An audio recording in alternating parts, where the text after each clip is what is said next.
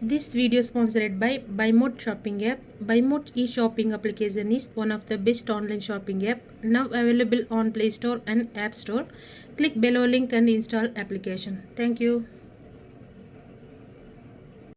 Hello friends, welcome back to my channel. இன்றைக்கி நம்ம வீட்டிலையே எந்த ப்ரிசர்வேட்டிவ்ஸும் சேர்க்காமல் ரொம்ப ஆரோக்கியமான முறையில் பீட்ரூட் லிப் பாம் எப்படி செய்கிறதுன்னு தாங்க பார்க்க போகிறோம். வாங்க இப்போது வீடியோக்குள்ளே போகலாம். இதுக்காக நான் ஒரு பெரிய சைஸ் பீட்ரூட் எடுத்திருக்கேங்க.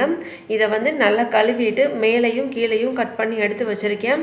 இப்போ இதை நம்ம தோல் எல்லாத்தையும் நல்லா சீவி எடுத்துடலாம்.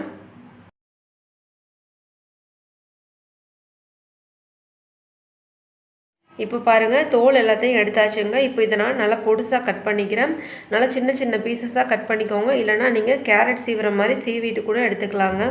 இப்போ பாருங்கள், நான் நல்லா சின்ன சின்ன பீசஸாக இதை கட் பண்ணி எடுத்திருக்கேன். இந்த மாதிரி சின்ன பீசஸாக கட் பண்ணிவிட்டு அதுக்கப்புறம் மிக்சியில் போட்டு அரைங்க. இல்லைனா நீங்கள் கேரட் சீவுறது மாதிரி நல்லா சீவிட்டு கூட அரைச்சிக்கோங்க.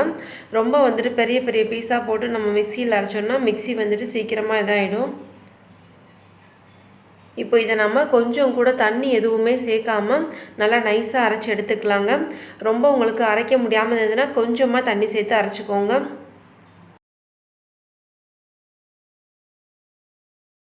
இந்த அளவுக்கு நல்லா நைஸான பேஸ்ட்டாக இதை அரைச்சி எடுத்துக்கோங்க. இப்போ இதை நம்ம ஃபில்டர் பண்ணிக்கலாம்.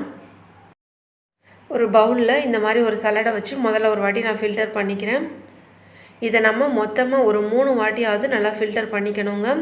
இந்த மாதிரி இதை மிக்சியிலேருந்து எடுக்கும்போது ரொம்ப தண்ணி சேர்த்துலாம் கலக்கி ஊற்றிடாதீங்க. முடிஞ்ச வரைக்கும் கையிலையே எல்லாத்தையும் எடுத்து போட்டுக்கோங்க. தண்ணி எதுவும் சேர்க்க வேணாங்க. இது நல்லா திக்காக இருந்தால் தான் நல்லாயிருக்கும்.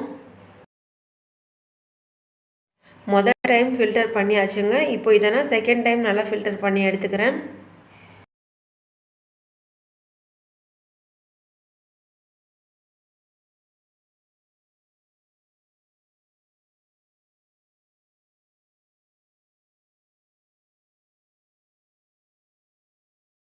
செகண்ட் டைம் ஃபில்டர் பண்ணி எடுத்தாச்சு. இப்போ அடுத்ததாக நம்ம காய்ச்ச ஆரம்பிச்சிடலாம். இப்போ அடுத்ததாக நான் ஒரு கடாய் வச்சுருக்கேன். அடுப்பை கொஞ்சம் லோ ஃப்ளேம்லேயே வச்சுக்கோங்க. இப்போ நம்ம அரைச்சி வச்சுருக்கிற இந்த பீட்ரூட் விழுதை கடைசியாக 3வது வாட்டியாக ஃபில்டர் பண்ணிவிட்டு இதில் சேர்த்துக்கலாம். இப்போ பாருங்கள், இது கொதிக்க ஆரம்பிச்சிருச்சுங்க. இதை ஒரு 10 நிமிஷத்துக்காவது நல்லா கொதிக்க வச்சுக்கோங்க.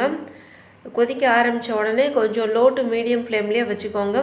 ரொம்ப ஹை ஃப்ளேமில் வச்சு கொதிக்க வைக்க வேணாங்க. இப்போ இது நல்லா கொதித்து நல்லா திக்காக வரட்டும்.